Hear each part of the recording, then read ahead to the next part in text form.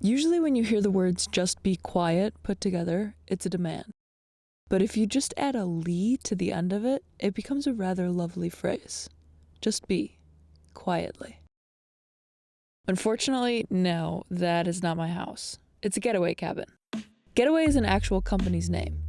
They own groves of cabins not too far outside of many of America's biggest urban centers. I reached out to them when I saw that they had an artist fellowship program because from the imagery on their website, I thought the place would be a beautiful backdrop to make a video for you guys. Boy, was I right. The cabins are very simple wood plank tiny houses filled with basic gear and a few frivolities.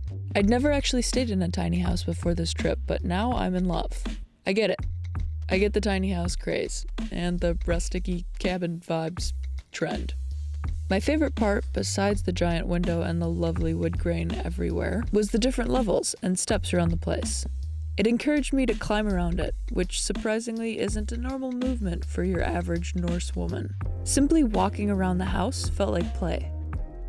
There's a lot of talk in the wellness world around unplugging and disconnecting and how going off the grid once in a while is healthy practice. In my own experience, I find this to be completely accurate, though the word disconnecting is not entirely accurate. It feels more like reconnecting. Separating myself from normal life, normal circumstances, and daily drudgery allows me to connect fully with myself. Getaway specifically encourages people to unplug. They have this little lockbox available to store your cell phone right when you enter the cabin. I didn't actually use it because it felt like a tiny funeral and I don't really have trouble with ignoring my phone for long periods of time, but I kept my work phone in there for a little while. I was supremely lucky to have the opportunity to do some reflection and stare blankly at nothing in such a beautiful location. I'd encourage you to jump at the opportunity if it ever bears itself to you. But you don't have to be in a gorgeous, piney-smelling tiny cabin in order to let yourself wander, both physically and mentally. Aimless wandering is beneficial. If you're feeling stuck, try to get sucked into doing nothing. Mindless exploration can open your eyes to new ideas, and it can drive creativity.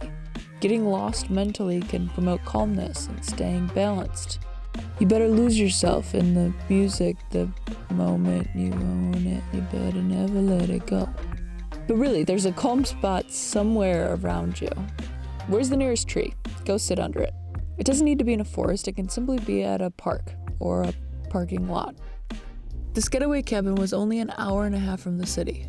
Similarly, not too far from where you are now, you can find simplicity and quiet. Find your spot and see if you can spend an hour doing absolutely nothing. Wander aimlessly. Get yourself completely lost. Learning to be more present and unplug can be that simple. Just be quietly. Till next time.